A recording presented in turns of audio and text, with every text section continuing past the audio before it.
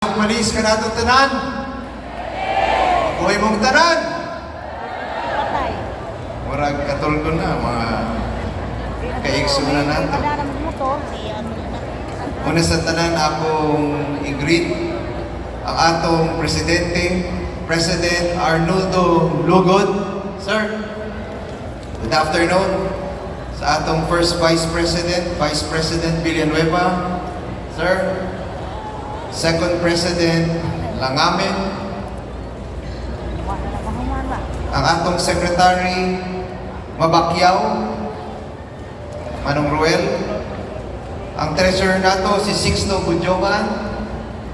Good afternoon. Sa atong Auditor si Ma'am Christine Lagura. Ma'am, ang atong Chief PRO si Cristita Sericos, PRO Raul Pagaran, Enaro Mende, ug ang atong ex-officio member, Engineer Eugene Tan. Asa si Engineer Eugene Tan? Wala? Sorry. Okay. Ug ang management headed by General Manager Eugene Tan. Good afternoon sa tanan.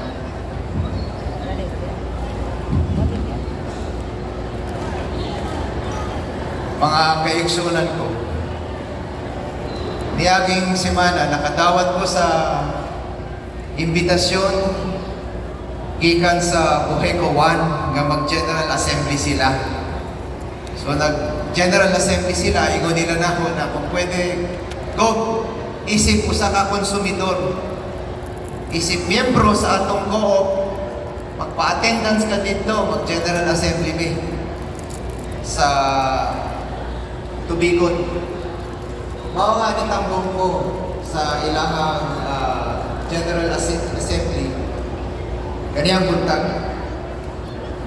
Samtang na ako dito, murag natay mga amigo, mga higala diri sa Buheco 2, nahibawan nga nitambong ko dito, mao nga sige na og text. Ingon nila na, go! Di ka pwede na mag-attend po ka dito sa Buheco 2. Mag-greet ra o Merry Christmas sa atong mga kauban dito. Posible ba na makabalibad ta? Mao nga mga kaigsunan ko, itambong ko karong hapuna, bisan pa na dili ko miyembro sa co-op ninyo, to greet everybody, Merry Christmas ninyong tanan.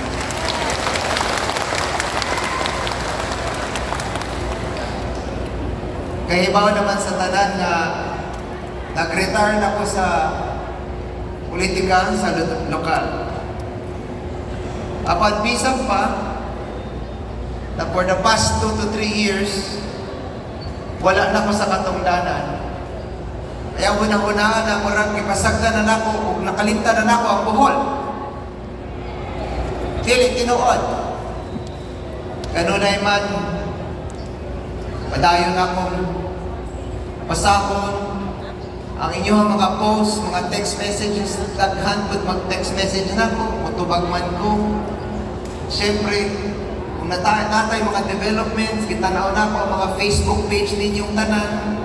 Siyempre, gusto na akong tanawon ng mga marites dito, na yung mga bagong mga news.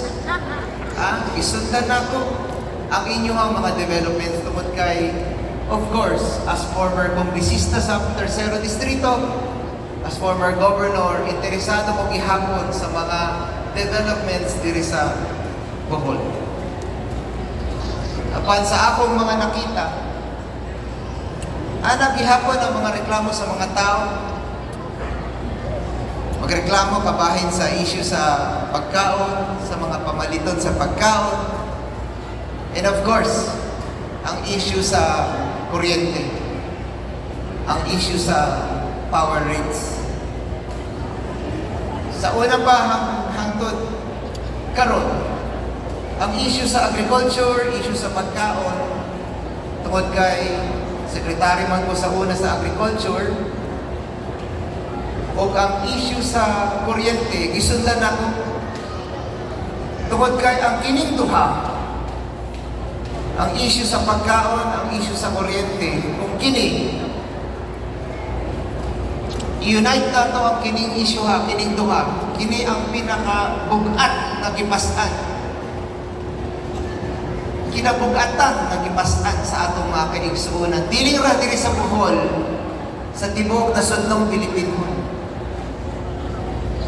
Kung gusto pa nato padaan ang atong ekonomiya, bisan asa ka sa Pilipinas, gusto pa natong palambong pa ang atong ekonomiya to create more jobs para makatabang sa atong katilingban, kinaimportantehan ang issue sa pagkaon, kinaimportantehan ang issue sa kuryente. Apan sa kining duhang issue ha,